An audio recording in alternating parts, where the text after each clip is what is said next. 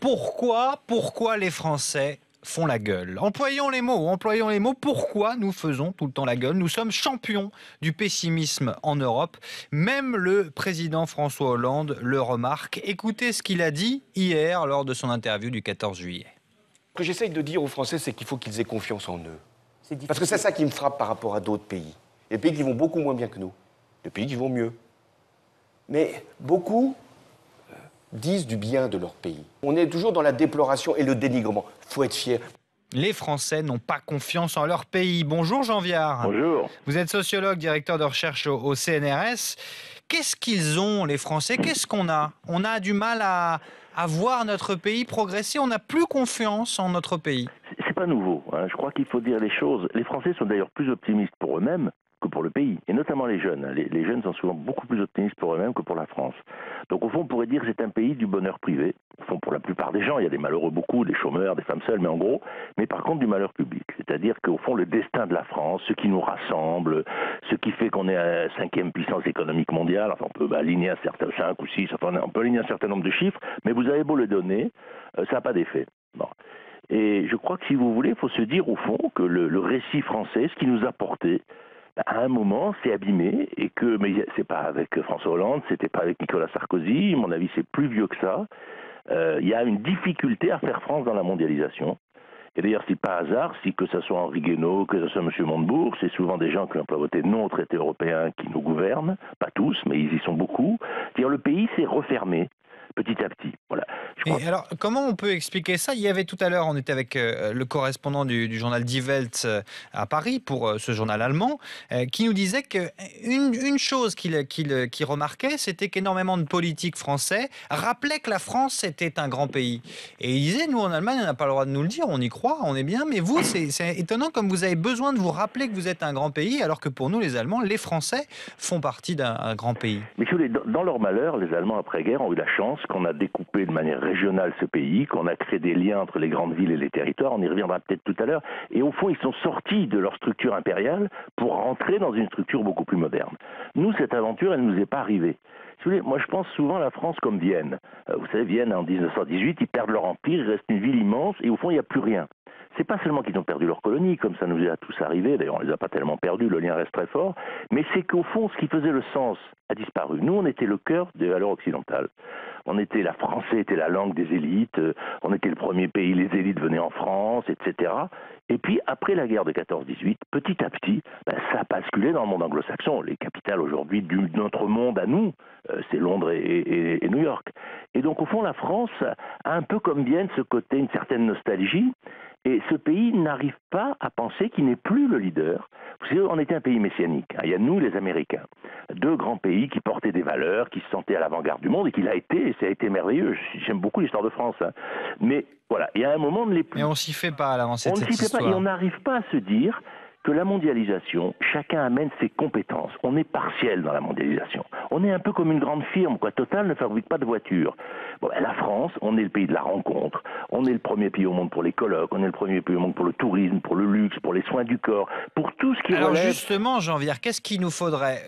Vous parlez d'un projet commun. Il nous manque un projet commun. Il nous manque un projet commun, c'est-à-dire de savoir dire, là où l'histoire nous a donné des puissances énormes, et il y a tout ce qui relève effectivement, j'allais dire, de la tradition de l'élégance pour aller très vite, mais c'est essentiel en termes d'emploi, et tout ce qui relève du lien entre les grandes entreprises et l'État, où je pense que Colbert nous a appris à fabriquer des entreprises privées, mais qui produisent des biens publics. Prenez l'eau, prenez le béton, prenez les armes, encore que les armes c'est un bien public un peu particulier, les grands groupes, prenez Bouygues, prenez tout ça.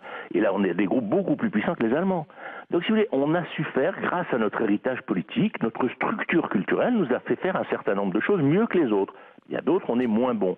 Or, la mondialisation, il n'y a pas de planification. Il y a des écarts de salaire qui, à certains moments, donnent des avantages comparatifs, c'est clair, mais il y a surtout que chacun amène la structure intime de sa culture. Les Allemands amènent leur rapport extraordinaire à la technique, qui est très ancien, qui est lié à leur révolution industrielle. Les Anglais amènent leur art extraordinaire du commerce. Il est temps qu'on s'y fasse et que oui, peut-être ça va se faire avec les générations, mais aussi qu'on... un lieu de culture, un lieu de colloque. Vous voyez, par exemple, moi, si j'avais une réforme à faire, je referais une énorme Sorbonne. Parce que dans ce qu'on pourrait porter au niveau mondial, il y a la formation des hommes. Et et on a coupé nos universités en tout petits morceaux. Alors, Jean Viard, je reviens également parce qu'il y a une deuxième chose qu'on va évoquer ensemble. Aujourd'hui, la réforme territoriale. Et vous venez de nous dire que les Français avaient du mal à trouver leur place, et notamment dans notre propre pays, en fonction des liens entre les villes et les territoires. Ça va bouger avec cette réforme territoriale qui arrive devant l'Assemblée, avec de nouvelles régions, 14 au lieu de 22, avec une Picardaine ou une Champicardenne, une Auvergne, avec des régions différentes. Ça peut nous provoquer un petit changement, ça peut faire quelque chose pour les Français. Ils sont vraiment attachés aux régions. Je pense que cette réforme est très intéressante. Je sais qu'on n'est pas forcément très nombreux. Elle s'inscrit dans une logique. On a coupé d'abord le lien entre l'élu local et l'élu national avec la fin du cumul des mandats. On a fait la loi sur les métropoles.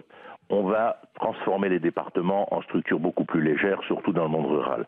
Donc on est en train de réorganiser la France. Et discrètement, sans savoir le raconter, mais ça on ne va pas faire de politique ce matin, on fait des choses. Alors, on peut se moquer, bien sûr. Moi, il y a une région qui me fascine, c'est Rhône-Alpes. Ils ont pris un nom géographique. Ils n'ont pas dit Dauphiné, pays de Grenoble, etc. Ils ont dit, on est quoi? On est d'abord une rivière, une montagne. Bon, on aurait fait pareil en PACA. On ne dirait pas PACA, on dirait Alpes-Méditerranée. Oui, parce que là, on a choisi, c'est intéressant pour les noms qu'on va devoir choisir pour ces régions, parce que là, on avait choisi Provence, Alpes, Côte d'Azur, qui n'avait rien à voir. On avait la montagne, l'intérieur des terres et on avait le bord de mer. Rien à voir. Et en plus, c'est des noms qui n'ont pas de la même époque, parce que Côte d'Azur, c'est un mot qui a été inventé en 1870. Oui, du coup, on s'y retrouvait pas. Donc, on s'y retrouvait pas. On aurait appelé Alpes-Méditerranée comme Rhône-Alpes. Ils ont eu l'intelligence de le faire. Y compris parce que l'intérêt des noms, c'est pour celui qui y habite, mais c'est aussi pour celui qui est loin. Si vous mais là, Rhône-Alpes, on va peut-être le mettre avec l'Auvergne. Alors, on va faire quoi? Il faudra qu'ils trouvent quelque chose, effectivement. Mais il faut les mettre avec l'Auvergne, parce qu'il se crée autour de Lyon, avec Grenoble, avec Saint-Étienne et bientôt avec Clermont-Ferrand, un hub technologique extraordinaire. Donc c'est marrant, c'est la région qui crée le plus d'emplois, qui est la plus attractive pour les personnes compétentes, les cadres. Donc regardons nos régions qui marchent le mieux, essayons de faire pareil ailleurs. Bien choisir son nom, en tout cas, pour les 14 grandes régions qui vont émerger. Parce que sinon, c'est des acronymes, personne ne sait ce que ça veut dire. Et il y a plus. Il y a des identités locales en très fort, c'est le Pays Basque. Regardez le Béarn, c'est très fort. Quand on y va, c'est extraordinaire. Le Pays Basque aussi. C'est pas le nom d'une région. Donc, il ne faut pas mélanger l'identité. Et puis ils sont dans le même département en plus. Quoi? Béarn et Pays Basque, ils sont dans le même département en plus. Mais tout le monde les connaît. Donc on peut avoir une identité extrêmement forte. Et ça ne correspond pas forcément à la carte de l'outil de développement qui, lui, doit être construit autour d'une métropole et qui doit relier les territoires les plus loin de la ville au cœur de la ville. C'est ça l'enjeu de la réforme territoriale. Donc il faut se trouver en tout cas cette identité, se l'approprier cette identité. Bien sûr. Merci beaucoup Jean Viard d'avoir été avec nous. Bonne journée. Bonne journée à vous, Jean Viard, sociologue et spécialiste de ces questions justement d'aménagement du territoire.